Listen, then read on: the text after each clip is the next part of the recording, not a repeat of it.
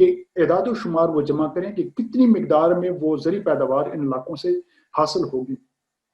اب ایک مقابلے کی فضا پیدا کر دی گئی کہ جو زیادہ لائے گا وہ پارٹی قیادت کے زیادہ قریب ہوگا، اسے عہدے کا لالچ بھی دیا گیا، اسے کچھ مالی جو انسینٹیوز تھے یعنی کہ کچھ نفع منافع کا وہ بھی لالچ دیا گیا۔ تو اس میں یہ ہوا کہ ہر پارٹی ممبر نے اپنے صوبے، اپنے علاقے، شہروں میں جو ہے نا ایک مقابلے کی فضا پیدا کر دی۔ انہوں نے جو ہے وہ پھر ایسے فگرز دینا شروع کر دیے جو غیر حقیقی تھے، جن کا زمینی حقائق کے ساتھ کچھ خاص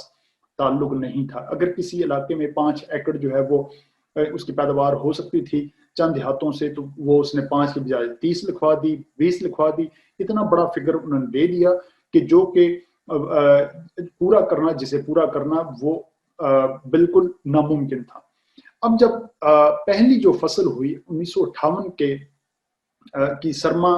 کی بہار میں جو پہلی فصل ہوئی تو وہ ایک بمپر فصل تھی۔ اس کی وجہ کیا تھی یہ بھی آپ سن لیجئے۔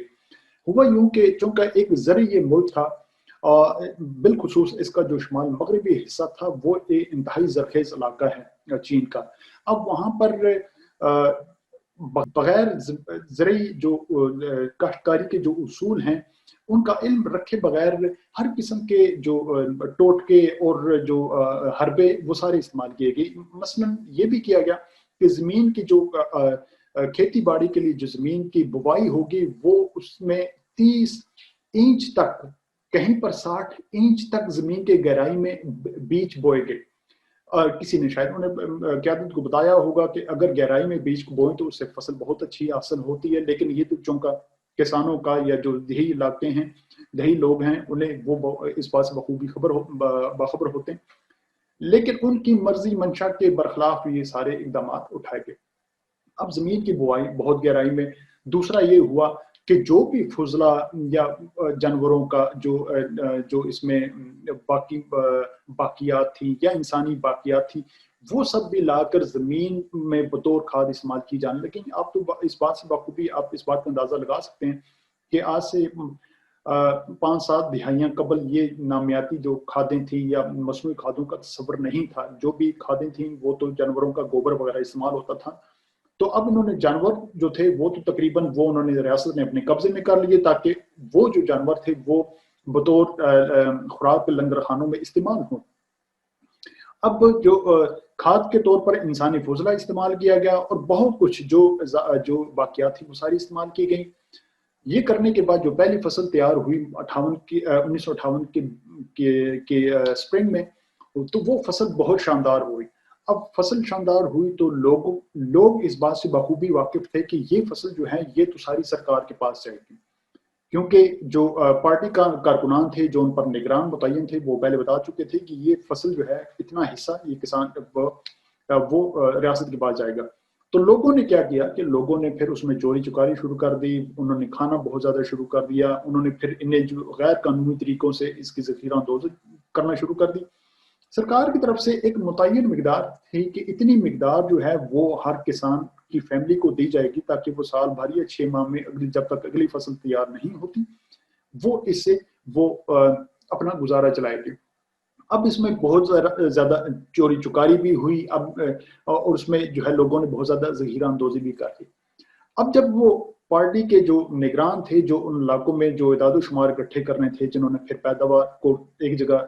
جس کی سٹاک اکٹھے کرنے تھے، جب انہوں نے یہ صورتحال دیکھی تو وہ آگے اب جواب دہ تھے۔ اب اس چیز کی جو تلافی وہ کیسے کی جائے، انہوں نے کیا کیا کہ انہوں نے پھر جو قانون نافذ کرنے والے ادارے تھے یعنی پولیس یا فوج یا جو بھی ان کے ساتھ جو لٹ مار تھے، انہیں لے کر وہ پھر دیہاتوں میں گھر گھر میں جانا، زمین کی کھدائیاں کرنا، ان تہہ خانوں کی تلاشی لینا جہاں پر زرعی اجناس کو سٹور کیا جا سکتا تھا، وہ سارا زرعی اجناس ان سے نکلوایا اور وہ سارا اپنے ساتھ لے گئے۔ اب یہ رہا ایک طرف۔ اب دوسرا جو اس کا نقصان یہ بھی ہوا، جب یہ کچھ ہوا تو لوگوں سے جو ان کی اضافی مقدار تھی، بلکہ اضافی بھی اگر نہ کہیے، اگر آپ یہ بھی کہہ سکتے ہیں کہ لوگوں کی جو بنیادی ضروریات کے لیے ایک متعین مقدار تھی، جو کہ 2-4 افراد پر مشتمل خاندان کو جتنی خوراک چاہیے تھی، وہ بھی جب ریاست نے لے لی اور بہت کم مقدار کسانوں کے پاس رہنے دی، تو اب یہ ایک ایسا بحران پیدا کر دیا گیا کہ جس بحران کے جو مہلک نتائج تھے وہ آنے والے دنوں میں پورے ملک پر اور بالخصوص دیہاتی جو علاقے تھے ان پر پڑنے والے تھے. یعنی تباہی کی جو پہلی اینٹ تھی وہ 1958 کی بہار میں رکھ دی گئی تھی. اب اس میں مزید کیا غلطیاں ہوئیں، کیسے جو ایک کمیونزم کا ایک جو تصور تھا وہ کیسے لوگوں پر نافذ کیا گیا، اور اس کے نتیجے میں جو لوگوں کی بنیادی افراد طبع یعنی کہ ان کی فطرت کے خلاف جو کام لیے گئے، اس کے کیا پھر چین کی سیاست، اس کے سماج اور اس کے پھر مستقبل میں کیسے اس کے نتائج جو ہے وہ سامنے آئے، اس کا جائزہ کل انشاءاللہ ایک نئے بلاگ میں.